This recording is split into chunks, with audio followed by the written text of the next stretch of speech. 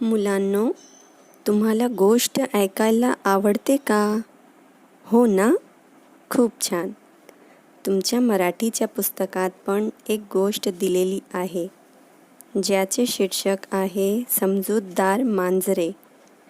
पण ही एक चित्रकथा आहे. चित्रकथा म्हणजे कथेमधील सर्व प्रसंग चित्राच्या माध्यमाने दिलेले असतात. तर आपण आपल्या पुस्तकेतील या चित्रकथेला प्रथम समजून घेऊया, मग लिहूया, बरं का? बच्चों, क्या आपको कहानी सुनने का शौक है? बिल्कुल, तमाम बच्चों को कहानियाँ सुनना बहुत पसंद होता है. हमारी मराठी की किताब में भी एक बहुत प्यारी सी कहानी दी हुई है, जिसका उन्वान है समजूतदार मांजरे. ये एक चित्रकथा है. चित्रकथा में कहानी के तमाम वाक़यात को तस्वीरी शक्ल में दिखाया जाता है और हमें उन तस्वीरों के ज़रिए कहानी को समझना होता है. तो आइए हम भी इस चित्रकथा को समझने की कोशिश करते हैं और समझने के बाद इस कहानी को लिख लेंगे. देखिए, ऊपर की तरफ कहानी में आई हुई जो तस्वीरें हैं उनके नाम हमें दिए हुए हैं, जैसे कि मांजरे यानी बिल्लियाँ, तराजू जिसे हम उर्दू में तराजू कहते हैं. इसके बाद है माकड़ यानी कि बंदर,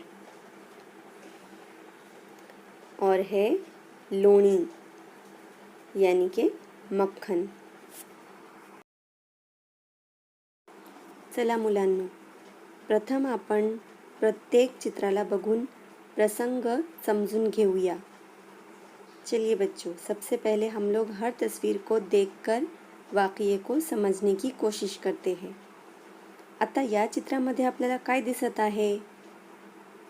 दोन मांजरे दिसतात आणि लोणीचा तुकडा सुद्धा दिसत आहे आणि त्यांचे चेहरे बघून असं वाटत आहे की ते दोघी भांडण करत आहेत. देखिए, इस तस्वीर में हमें दो बिल्लियाँ नज़र आ रही है. उनके पास मक्खन का टुकड़ा है और दोनों के चेहरे से लग रहा है कि वो झगड़ा कर रहे हैं. तर या चित्राचं वर्णन आपण असे करूया. एकदा एका जंगलात दोन मांजरांना एक लोण्याचा तुकडा सापडतो. दोन्ही मांजरांमध्ये त्या लोण्याचा तुकडा खाण्यासाठी भांडणे होतात. आता दुसरा चित्र बघूया. या चित्रामध्ये काय दिसत आहे? एक माकड आहे, त्याच्याकडे तराजू आहे. दोन्ही मांजरं बसून बघत आहेत आणि तराजूच्या पारड्यामध्ये लोणीचे तुकडे ठेवलेले आहेत. अब इस तस्वीर में हमें दिखाई दे रहा है कि एक बंदर है, उसके हाथ में तराजू है और दोनों बिल्लियां जो है बैठकर गौर से देख रही हैं. या चित्राचं आपण असं वर्णन करूया. तेवढ्यात ते भांडण ऐकून एक माकड तेथे येते आणि भांडणाचे कारण विचारते. मांजरे माकडाला भांडणाचे कारण सांगतात. माकड त्यांना लोण्याचा तुकडा समसमान करून देण्याचे आश्वासन देते. मग एक तराजू आणला जातो. या तिसऱ्या चित्रामध्ये आपल्याला माकड लोणी खाताना दिसत आहे आणि मांजरे त्याचा चेहरा बघत बसत आहेत. इस तीसरी तस्वीर में हमें बंदर मक्खन खाता हुआ दिखाई दे रहा है और दोनों बिल्लियां बस उसका चेहरा देख रही हैं. तर याचे आपण वर्णन असे करूया. माकड स्वार्थी असते. लोण्याची चव आपल्यालाही चाखता आली पाहिजे, यासाठी माकड तराजूच्या एका पारड्यात लोण्याचा मोठा व दुसऱ्या पारड्यात लहान तुकडा ठेवतो, ज्याने तराजूत समान तोल दिसत नाही. माकड मांजरांना सांगतो, यांचे समान भाग होण्यासाठी मोठा तुकडा लहान करावा लागेल आणि यासाठी थोडे लोणी स्वतः खातो. आता या चित्रामध्ये आपल्याला दोघी मांजरे आपसात बोलताना दिसत आहेत. अब इस तस्वीर में हमें दोनों बिल्लियाँ आपस में बात करती हुई दिखाई दे रही हैं. तर याचे वर्णन आपण असे करूया. त्याची ही लबाडी मांजरांच्या लक्षात येते. व ते दोन्ही समजूतदारीने मिळून लोणी खाण्याचे निश्चय करतात. बघा, या चित्रामध्ये दोघी मांजरे माकडाला पळवून लावताना दिसत आहेत. इस तस्वीर में दोनों बिल्लियाँ बंदर को भगाते हुए दिखाई दे रही हैं. तर याचे वर्णन आपण असे करूया.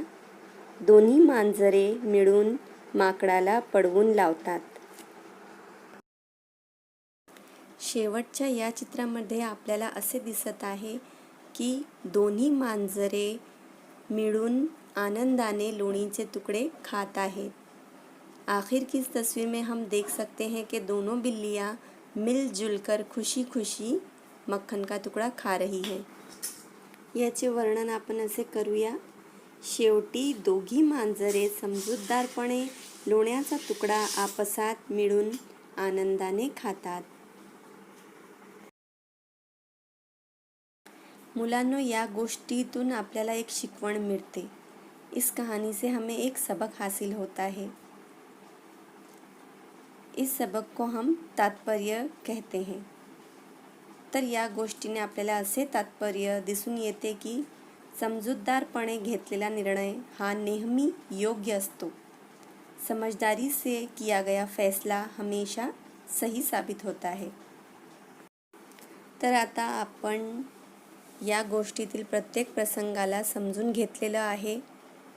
अब हमने इस कहानी के तमाम वाक़यात को समझ लिया है. आता तुम्ही यांना एकत्र करून गोष्ट लिहून घ्या. अब आप इसे एक साथ लिखकर कहानी बना सकते हैं. धन्यवाद.